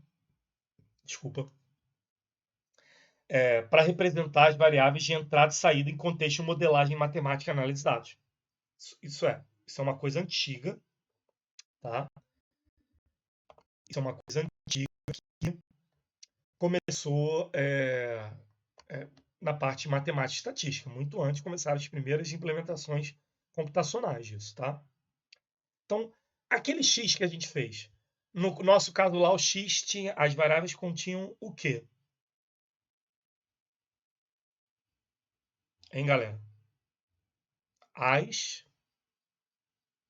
ou os. As alturas. Altura e peso, né? Não, o x, só o x. Ah, não, o X era a altura. Então, o x representa a coleção de variáveis independentes, as features, as características, tá? A variável x refere-se às características entradas no modelo. Ela engloba os dados de entradas que são fornecidos para o modelo de aprendizado supervisionado com o intuito de realizar previsão ou tomar uma decisão. Por exemplo, ao construir um modelo de previsão de preço de casa, o x pode ser número de quarto, localização, área da casa, no nosso caso, né? Teve lá as alturas. O uso maiúsculo do x é para se indicar que é uma matriz, tá? Para indicar que é uma matriz de diferentes características. Porque normalmente vai ser uma matriz com vários negócios, não só 1 em 60 e 70. Vai ser tipo lá, quarto, área, não sei o quê, tá? Então vai ser uma matriz, é um array multidimensional. Na vida real, normalmente é assim, tá? Bem, e o y? É o alvo. É o que muita gente vai chamar de label, tá? Já a variável y representa a saída ou o resultado do modelo que o modelo machine learning procura prever. A gente não conseguiu fazer um para prever o y. O que ele fez? Ele foi lá e preveu. Ele foi lá e fez a predição do peso do cara, né? Mantendo a notação y minúscula. Vai ser um peso só para o cara, né?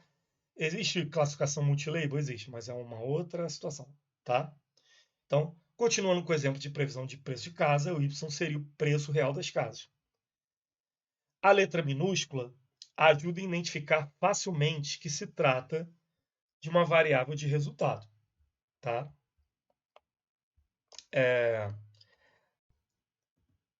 A adoção dessa convenção x maiúsculo e do y minúsculo auxilia na clareza e na coesão da representação de variáveis em contexto de aprendizagem de máquina. Ele é um padrão bem estabelecido na literatura e nas implementações de algoritmo. Sim, quando a gente começar a usar biblioteca de machine learning mesmo, igual o Scikit-learn e tal, vocês vão ver lá, x grandão, y pequenininho, tá? Mais conceitos de machine learning, vamos lá. Modelo. E é claro que tem usando um Plotlib 3D, tá? Aqui, ó. Áreas. Teve que ser 3D por quê? Porque eu usei mais de uma característica, lembra? O outro era o quê? Altura e peso. 2D é o suficiente. Aqui teve que ser 3D. Olha que legal esse gráfico, moção. Aqui eu tenho áreas, quartos, e aqui foi um modelo que eu treinei, tá? Com várias casas, cada uma com uma quantidade diferente de tamanho e quarto, tá? E aqui é o preço. Aqui é o preço. Aí, esse pequeno colchão aqui é a regressão linear. Tá? Só que 3D. Beleza? Virou um plano, né? Virou um plano. Virou um plano. Beleza? Mas aí dá para incluir outras coisas também, tipo, sei lá, se tem áreas comuns, se tem andar alto, andar baixo. Eu vou ensinar vocês a fazer o que a gente chama de regressão linear. Acho que o nome correto é regressão linear múltipla. Tá? A gente vai fazer uma também. Mas aí a gente já não vai fazer tão na mão assim, tá? Que ninguém merece, tá? A gente não tá aqui para refazer roda. A minha intenção de algumas coisas mostrar para vocês na mão é para mostrar um pouco da caixa preta. Porque assim, usando o Scikit-learn, você usa uma classe chamada lá, Linear Regression, passa o XY, pum, aí ele vai e faz a parada. Só isso. O NumPy também vai ser um método. Tudo aquilo que a gente fez na mão ele vai fazer um método só. Sim. Vamos lá. Outro conceito muito relevante que a gente viu aqui na prática, né? É o modelo em si. A gente fala muito sobre isso. E o pessoal da minha área já está acostumado, porque a gente literalmente vê o modelo sendo criado. E os nossos modelos, às vezes, tem lá no Space, lá, 600 mega, uma coisa absurda, tá? Aqui é coisa de byte, né? Que a gente fez de brincadeirinha, por enquanto. Vamos lá. Deixa eu ver se vocês estão comigo aqui. Sim, estamos aí. Tamo aí. Modelo. No contexto da aprendizagem de máquina, o modelo ele é uma representação matemática ou estatística que aprende a mapear as variáveis de entrada, as features, para a variável de saída. O modelo, com base nos dados de treinamento. O modelo ele é treinado usando algoritmos de aprendizagem de máquina, nesse contexto supervisionado, para aprender a relação entre as features e a saída. O não supervisionado, ele vai tentar dividir com o que você jogar para ele. Ele vai falar, olha, esse bololô aqui, por exemplo, da galera aqui de altura e peso, eu acho que dividiria nesse grupo aqui. A galera do grupo A, a galera do grupo B. Seria o que daria, entre aspas, fazer um algoritmo não supervisionado, lá, uma clusterização, por exemplo. Tá? Mas aqui a gente está falando de supervisionado. Em outras palavras, o modelo é a expressão ou estrutura matemática / dados que o algoritmo de aprendizagem de máquina utiliza para fazer as previsões. Lembra? Aquele M, o B, eles não foram gerados só com uma continha qualquer. A gente teve que passar somatório dos dados que a gente passou para ele. Porque aqueles dados serviu para ele fazer a linha, né, e a interseção baseado naquela lista bobinha que a gente passou de altura e peso. Tá? Aquilo ali, aquele conjunto de coisas e a fórmula final baseado naquele conjunto, aqueles dois conjuntos iniciais, aquilo é o nosso modelo. Aquilo que a gente pode chamar de IA. Aquilo é a IA. O que é IA, no final dos contos? É o modelo. É o modelo. A IA é o modelo. Tá? Bem, o modelo pode ser visto como uma função matemática ou um conjunto de regras que transforma as features em previsões ou classificação. Dependendo do tipo do problema e do algoritmo utilizado, os modelos podem assumir diferentes formas de estrutura. Vocês vão ver que é uma variação. Tem modelo que vai ser um monte de árvore. Sabe aquela estrutura de dados que a gente aprende na aula de estrutura de dados na faculdade? Então, vai ter modelo que não vai ser exatamente uma expressão matemática. Vai ser uma árvore gigante. Se a pessoa é do sexo masculino, vai para o nó da esquerda. Se a pessoa é do sexo masculino e pesa mais do que 60 quilos, vai para o outro nó da direita e por aí vai. É um tipo de machine learning. Tá? É o árvore de decisão. Não vai ser fórmula. E tem as próprias redes neurais, que a gente vai estruturar eles num conceito lá que vai ter vai ser assim, dando spoiler, né? Vai ser um conjunto de neurônios com pesos. Tá? A gente vai ver isso. Vai ser uma outra estrutura de dados também, tá? E com função de ativação. Agora, voltando aqui o basicão. Por exemplo, em um problema de regressão, onde a saída desejada é um valor contínuo, que foi o que a gente fez, né? É um valor contínuo. O cara vai dar peso, altura tal dá o peso tal, altura tal dá o peso tal. Um modelo de regressão linear, que é o que a gente fez, pode ser usado. Ele consiste em uma função linear, aquela função M, aquela função lá tal. Combina as features ponderadas por coeficiente para produzir uma previsão contínua. Em problemas de classificação, onde a saída desejada é uma categoria ou classe, que é o que a gente não fez ainda, podem ser usados diversos tipos de modelos, como árvore de decisão, rede neural, máquinas de vetores suporte, entre outros. Esses modelos eles aprendem a separar as diferentes classes com base nas features. Foi o que eu fiz com o Levi. Falei, tá vendo essa cambada de características aqui desses textos? estatisticamente aqui, passando por árvore de decisão, passando por ensembling, passando por bushing, se isso aqui der um peso maior para o que eu chamo aqui de direito sucessório, você vai classificar essa inicial como direito sucessório. Se não, se der mais para esse lado aqui, vai ser direito do meio ambiente, por aí vai. Foi assim que eu fiz do Levi. Tá? Que já lembra que a gente viu na aula passada? Já é a tarefa de classificação, não de regressão. Após o treinamento, nesse tipo de problema, o modelo é capaz de fazer previsão e classificação de novos dados, que não foram usados no treinamento. Isso é uma inicial nova. Né? Ele aplica a função aprendida para transformar as features de entrada em uma saída prevista. Vale ressaltar que o modelo precisa ser avaliado e testado para verificar sua capacidade de generalização em dados não vistos anteriormente. Para isso, é comum separar uma parte dos dados de treinamento em um conjunto de testes. O pessoal da minha assessoria já está acostumado com isso. Para determinados tipos de problema de IA, vai ser comum a gente sacrificar uma parte do nosso modelo. A gente não tinha ali um conjunto de alturas e pesos? Acho que eram 8, né? Imagina que daqueles 8 a gente ia pegar 20%, né? E colocar eles para serem usados como avaliação. Ou usados para poder o próprio machine learning ficar se retreinando com base nessa fatia de teste. Isso é, a gente descarta essa fatia para o treinamento e usa ela para o próprio machine learning ele ficar usando um tipo de conceito chamado epochs, para ele ficar tentando melhorar, fazendo predição e comparando com o que seria o dado real lá nessa fatia de treinamento. Tá? A gente vai ver isso com calma, tá? Fiquem tranquilos.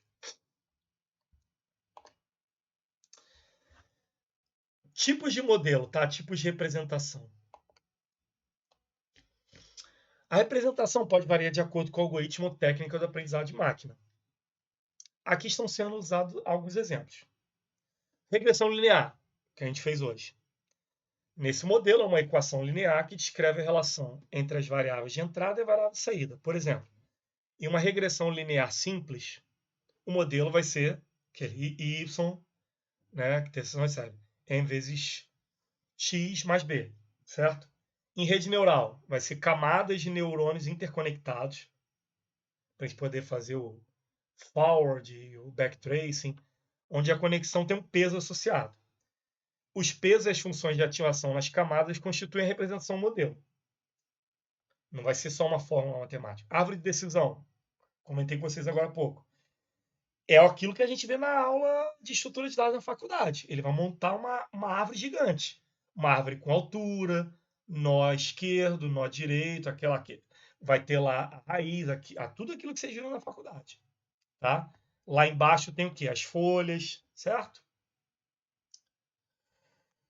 Máquina de vetor de suporte. Ele já usa um conceito de hiperplano, tá? Para separar as coisas em classes, em dimensões. Tá?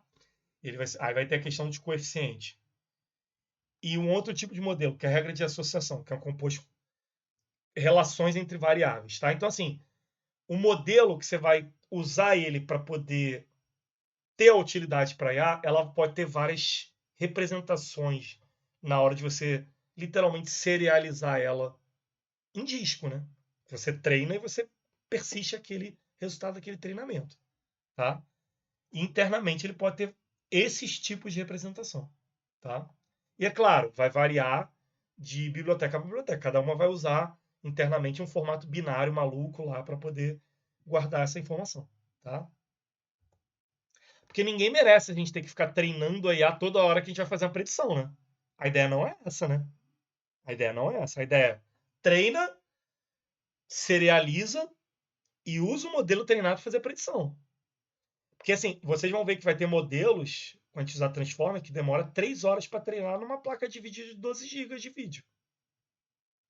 3 horas para treinar. Aí imagina, toda vez que você vai fazer uma predição, você colocar para treinar de novo. Ninguém merece, né? Deixa eu ver aqui. Vocês estão aqui comigo? Estão aqui comigo. Beleza. Vamos lá. Mais conceitos. E que a gente já viu hoje.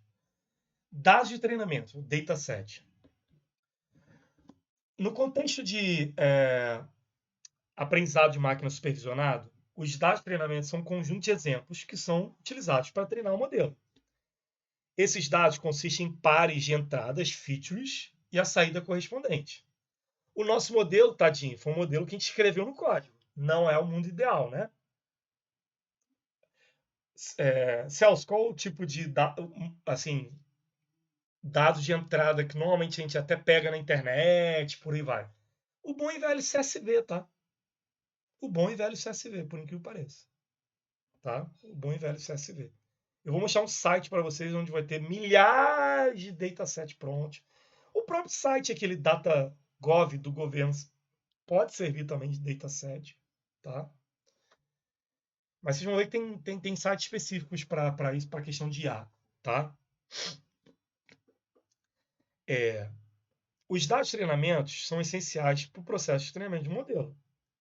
Eles fornecem os exemplos reais, no qual o modelo se baseia para aprender e generalizar a partir deles. Cada exemplo no conjunto de treinamento consiste em uma combinação de valores para features de entrada e um valor esperado, né, o Y, de saída. Por exemplo, se estivermos treinando um modelo para classificar e-mails como spam ou não spam, os dados de treinamento serão um conjunto de e-mails, e a gente vai usar um desses no curso, com um monte de mensagem lá, tipo assim, você recebeu um Pix de R$10.000. E esse seria o texto inteiro, as palavras seriam as features. E o Y seria o quê? Spam. Aí um outro texto. Não é nem spam, isso já é phishing. Aí teria um outro texto qualquer, do tipo... É tudo golpe.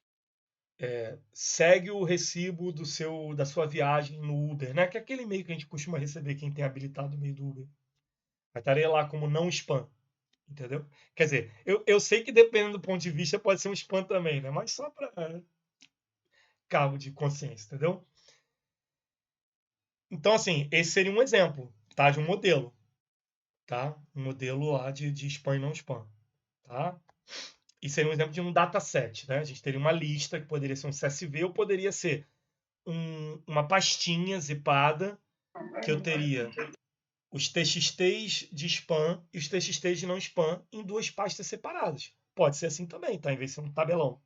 Tá? Porque às vezes o texto é tão grande que você não vai colocar isso no CSV. Você vai ter que colocar cada e-mail num TXT separado. Isso é só um exemplo, tá? De como pode ser um dataset, tá?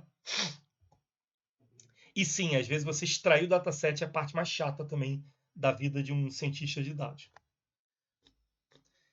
É importante ter um conjunto diversificado e representativo de dados de treinamento para que o modelo aprenda a generalizar para exemplos não vistos anteriormente. Quanto aquilo que a gente conversou, que a Yuli foi citando e tal, quanto mais abrangente e variado for o conjunto de treinamento, melhor será a capacidade do modelo lidar com diferentes casos e previsões.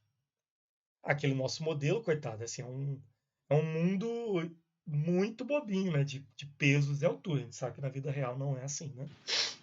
Celso. Oi. No caso, por exemplo, de analisar a decisão da terceira vice do TJ para identificar os fundamentos para fazer a impugnação específica, você pegaria cada PDF, extrairia o texto e colocaria o texto num TXT separado? Um TXT para cada decisão? Ou pegaria as palavras todas e colocaria num CSV, separando por vírgula? Olha, Lauria, primeiro prazer em falar com você novamente, saudade aí. Prazer é todo meu camarada. Então e um abraço a todos. Espero que você esteja gostando do curso. Como sempre, né, meu amigo? Que bom. Então, meu grande amigo Lauria, olha, eu usei essa abordagem quando eu fiz o Levi, tá?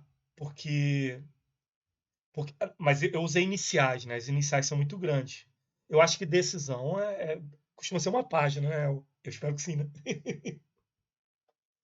É uma página, Não, decisão? o lance é que as decisões também tem um monte de lixo, né? Tem um monte de citação de jurisprudência que não interessa.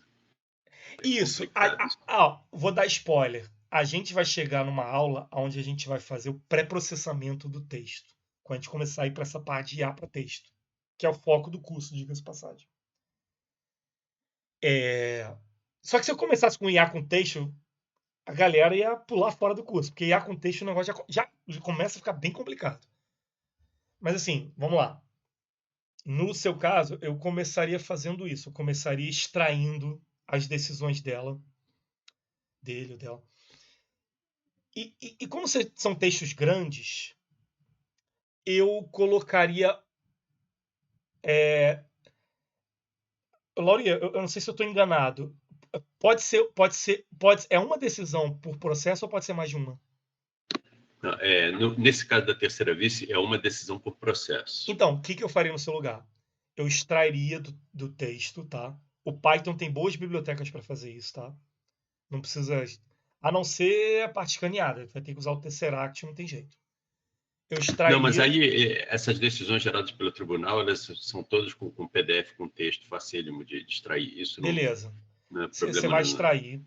E aí o que eu faria? Eu salvaria num diretório e eu colocaria o nome do TXT, o número do judicial.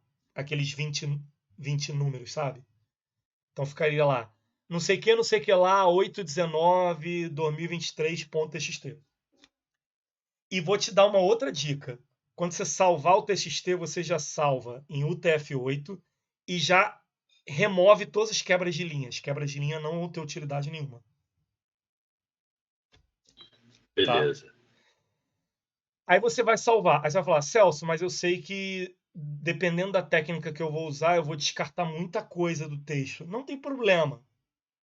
Deixa ali o semi-bruto, que já vai estar sem quebra de linha. Você troca a quebra de linha para o espaço. E aí, quando a gente começar a ver as aulas de pré-processamento de texto para classificação, aí você vai ver que a gente vai descartar muita coisa. E aí as coisas específicas, e tipo, você falou jurisprudência, essas coisas, aí a gente conversa, vai ter várias técnicas diferentes que você vai poder usar. Uma delas, se funcionar bem, pode ser a expressão regular. A gente criar expressões regulares que detectem as jurisprudências para você pegar aquilo e jogar fora.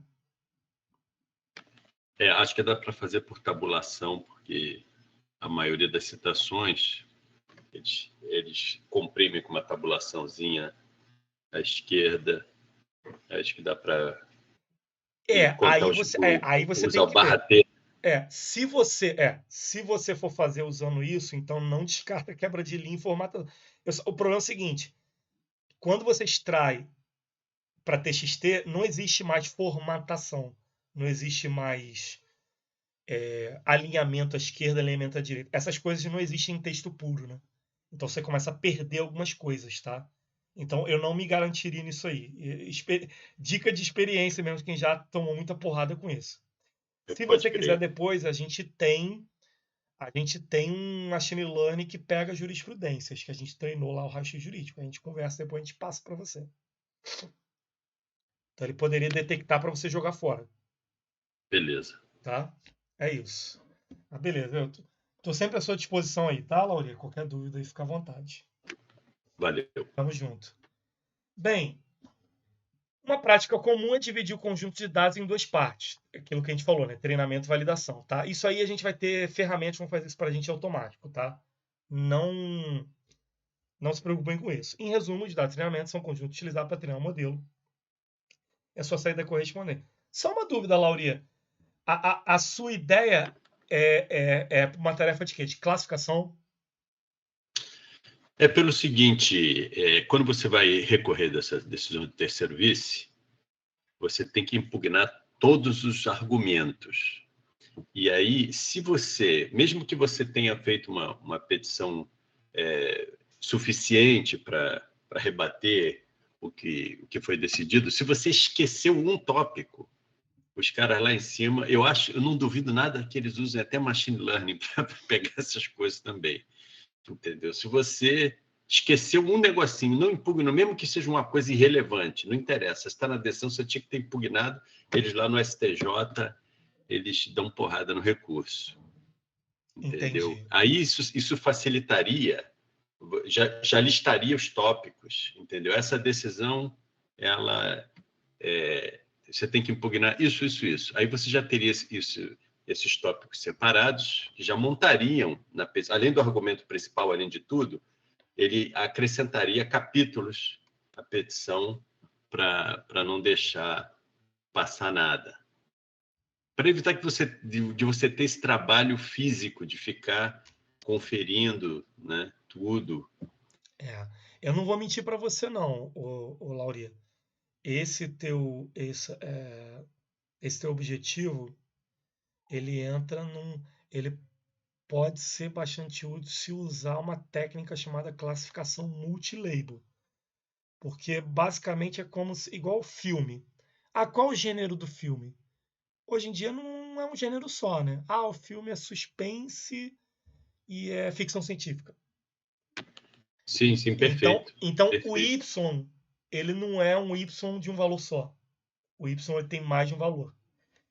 Mas, assim, eu acho que você pode começar por baixo fazendo uma classificação genérica, que seja um Y só, e dar um nome para isso, tipo decisão de não sei o que lá. E dar um nomezão que englobe, por exemplo, 3 coisas. E uma outra que englobe 4 coisas. E depois usar a classificação multilabel, que o Scikit-learn tem isso de graça para você. Vai ser tranquilo de fazer. Tá? Isso aí é tranquilo, pode ficar tranquilo. Beleza. Mas só em você começar a preparar o dataset já ajuda bastante. Você preparar o dataset e você depois ter planilhado dizendo, olha, para essa decisão desse processo, rolou Y0, Y1, Y2, Y3. E você ter planilhado, porque você vai precisar disso para treinar a IA. Senão ela não vai ter como fazer mágica. Beleza, eu vou fazer isso e não deve ser muito pesado de processamento, não, porque eles usam muito modelo na terceira vice. Então, são muito parecidos os parágrafos. Não, pode ficar tranquilo que na PGE a gente, assim, não para GPU, que o seu caso, acho que não tem necessidade de usar o transform para isso. Mas para CPU a gente tem lá a gente tem uma máquina, tem umas máquinas agora só de IA lá, pode ficar tranquilo. Mas a gente tá agora para adquirir um maquinário, primeiro um básico e ano que vem adquirir um maquinário, assim, não é no mesmo tamanho, mas é o mesmo tecnologia do ChatGPT, a mesma placa. A gente vai comprar no que vem. Beleza. Tá? Aí a gente vai poder fazer umas brincadeiras bem bem bacana. Vamos lá. Então, assim, em suma, né? O modelo é a questão do par de entrada e a saída correspondente, tá? Olha, vamos fazer o seguinte. Eu não quero... Eu vou só dar um spoiler, né? Porque a gente não teve intervalo hoje, né? E o pessoal já está no clima de feriado, mas eu vou deixar como spoiler para vocês. Sabe aquele código que a gente fez bem no comecinho lá, todas aquelas fórmulas e tal? Vocês vão instalar uma biblioteca chamada NumPy, tá? Vocês já vão deixar ela instalada agora. Vocês vão abrir lá, vai dar lá pip install NumPy, tá? Essa biblioteca aqui é impossível trabalhar com ciência de dados sem ela, tá? Ela é, como diria um grande amigo meu, 125% das vezes, né, Malsan? Se trabalha no Python com ciência de dados, usa o NumPy. De acordo. 125% das vezes, tá? Precisão numérica irretocável. Então, deixa eu só pedir para atender o interfone. Atende o interfone aí, por favor.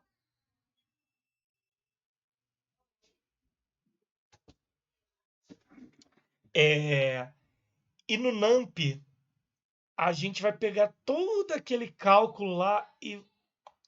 só um minuto, pessoal. Oi.